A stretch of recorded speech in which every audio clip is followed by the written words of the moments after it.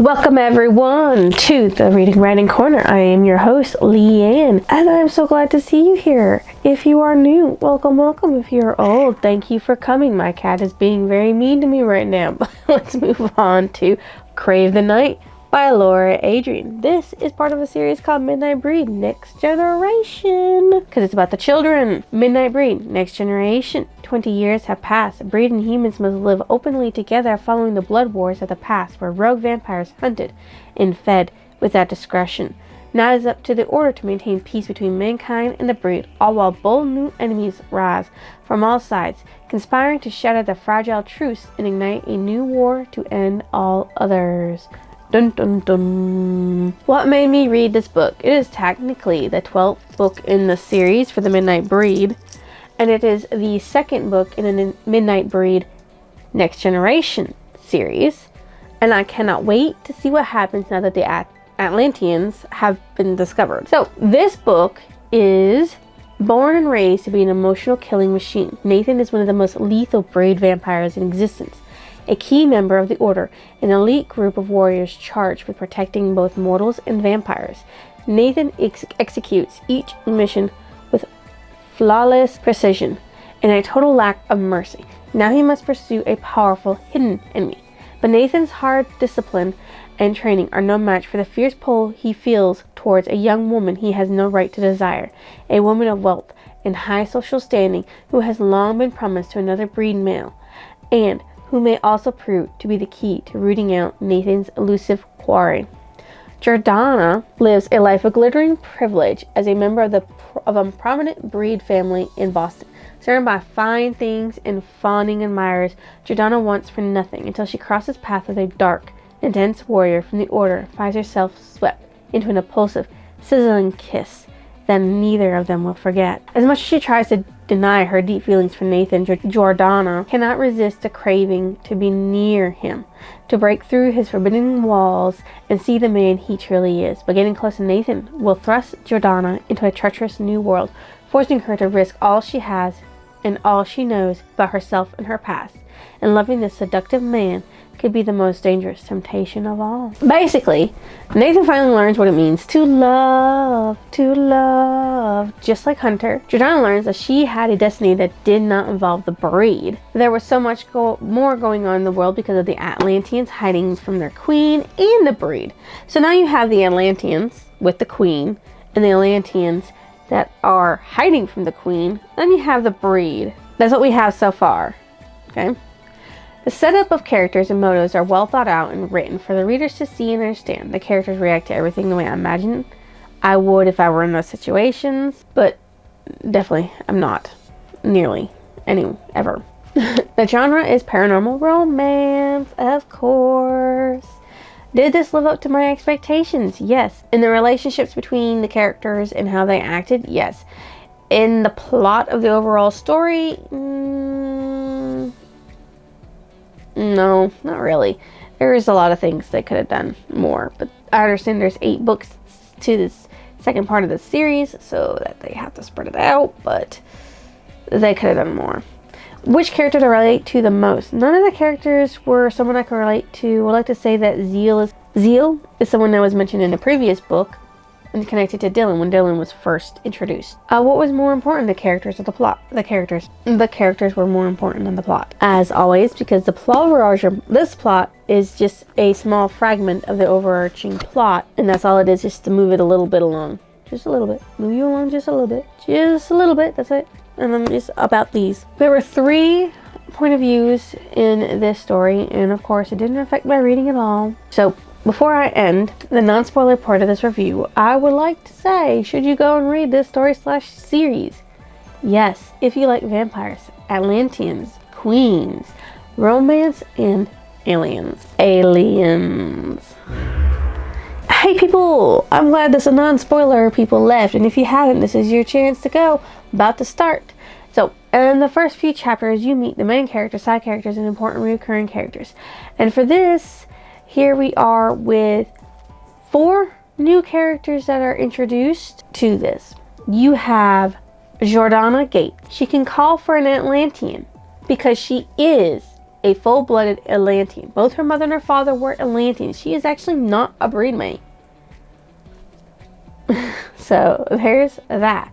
She's also princess. She is a princess. She is actually the granddaughter to the Queen Selene, who is the queen of the Atlanteans currently.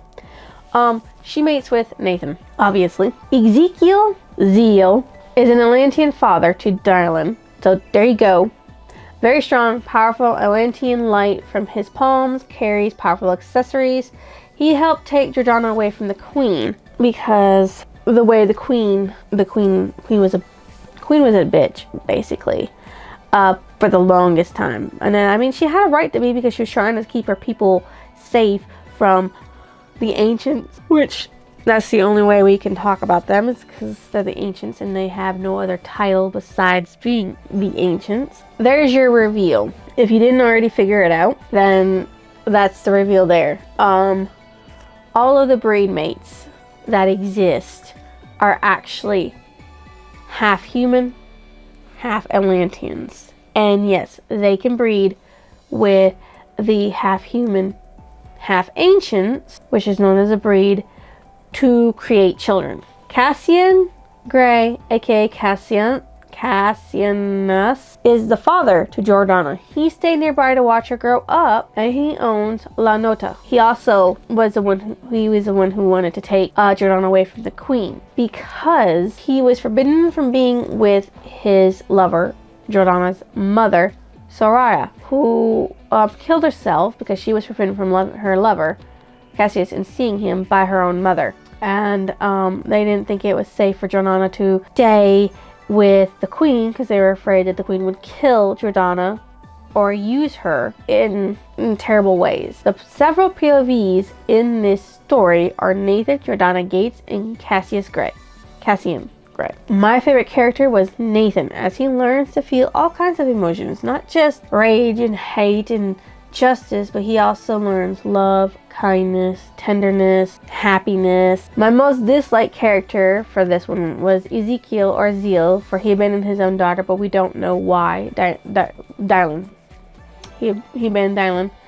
We don't know why, but none of the Atlanteans actually stay and raise their children.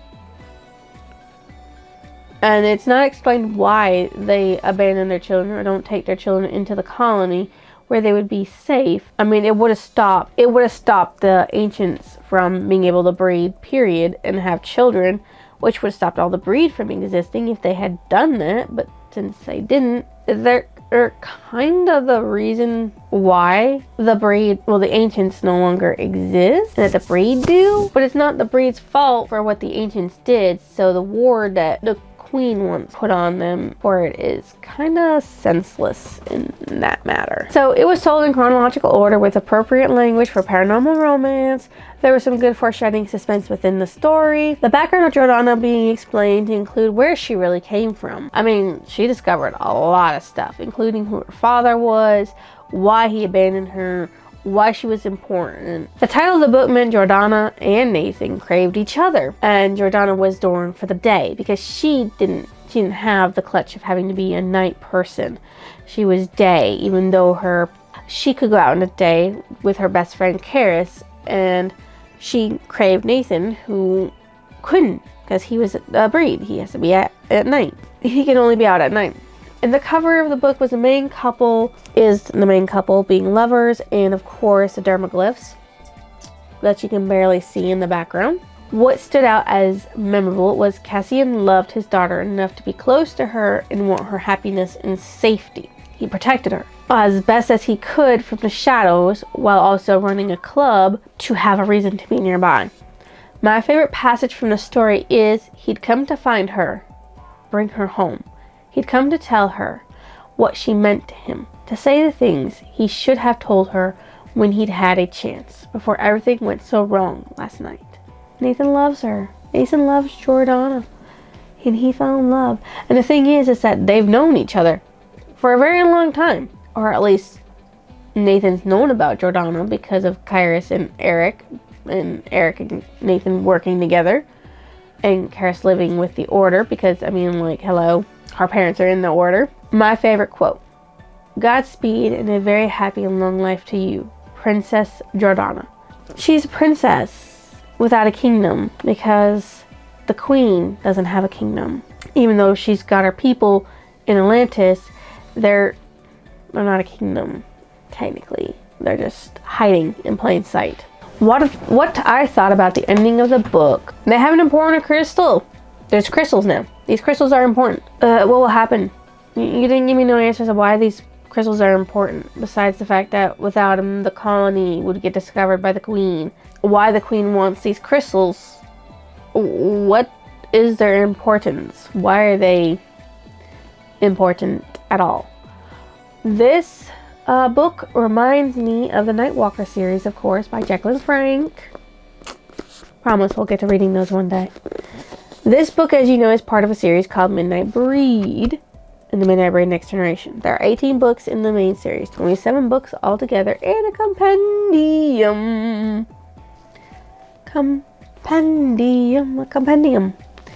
Which probably gives you a lot more information than what I could probably ever give you. So you should go check that out. If you like the Midnight Breed series, you should totally get the compendium. I should get the compendium. Maybe. One of the novellas, which happens after Crave the Night, is Tempted by Midnight. And it is about Lazaro Archer, Kellen Archer's grandfather, getting a second mate. He's already had a mate, of course, obviously, but she died. And now he's getting a new one called Milena Walsh, who is able to see people's auras to understand if their intentions are good or bad. I'm pretty sure Milena Walsh is breed mate and not Atlantean, full-blooded Atlantean. I give this book a 4 because it gave some information that is crucial to understanding the overarching plot and the roles of certain people within the series, but it's still it could be better. They could give you more information. So I will see you next illusion.